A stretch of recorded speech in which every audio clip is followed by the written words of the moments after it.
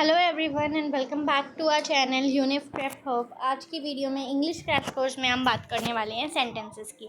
कल हमने बात किए थे 5 टाइप के सेंटेंसेस की, declarative sentence, interrogative sentence, imperative sentence, optative sentence and exclamatory sentence. आज हम उन्हीं सेंटेंसेस का रिवीजन करेंगे। फॉर एग्जाम्पल, पहला है please shut the window and doors. ये है imperative sentence. Next is, do you like chocolate pastries?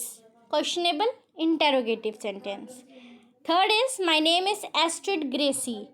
Declarative, क्योंकि हम कोई फैक्ट बता रहे हो या कोई चीज़ डिस्क्राइब कर रहे हो तो वो डिक्लेरेटिव या असर्टिव सेंटेंस आता है। Where are you going? Again question, interrogative sentence. Such a beautiful place. Exclamatory mark के साथ है exclamatory sentence. Moving on to the next. Go and try this new flavor. Imperative sentence है क्योंकि यहाँ पे कोई रिक्वेस्ट है, ऑर्डर है, एडवाइस है, सजेशन है। ठीक है, today is Monday, it is a fact, so it is a declarative sentence. Please clean your cupboard today, यहाँ पे एक रिक्वेस्ट है तो ये इम्पेरेटिव सेंटेंस है। Turn off all the lights and fans when you leave the room, imperative sentence है क्योंकि एक एडवाइस या सजेशन या रिक्वेस्ट या ऑर्डर दिया जा रहा है। Next is may I come in, that is that is an exclamatory sentence.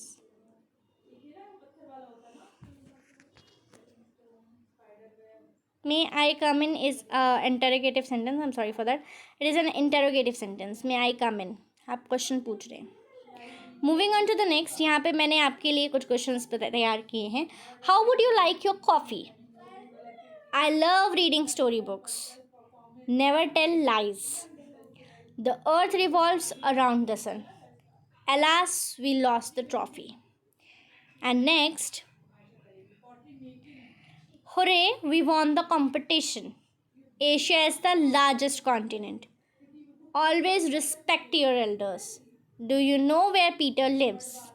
Get out of the classroom.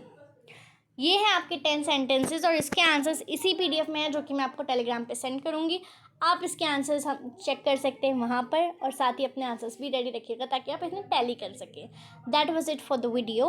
आज में हमने प्रपोजिशन और सेंटेंसेस ख़त्म कर दिए हैं जो कि हमारे इंग्लिश क्रैश कोर्स के 2 इम्पॉर्टेंट और बड़ी टॉपिक्स थे। अब हमारे पास बचा है सिर्फ और सिर्फ शॉर्ट टॉपिक्स जिनको वन डे हम एक्सप्लेन करेंगे one time. Okay, like synonym, antonym, one word substitution and comprehensive writing which is very important, जो कभी भी आ जाता है बिना बताए और उसमें बच्चे बहुत टाइम वेस्ट कर देते हैं। तो फिलहाल के लिए इतना ही। आई होप आपको समझ आया हो। Thank you.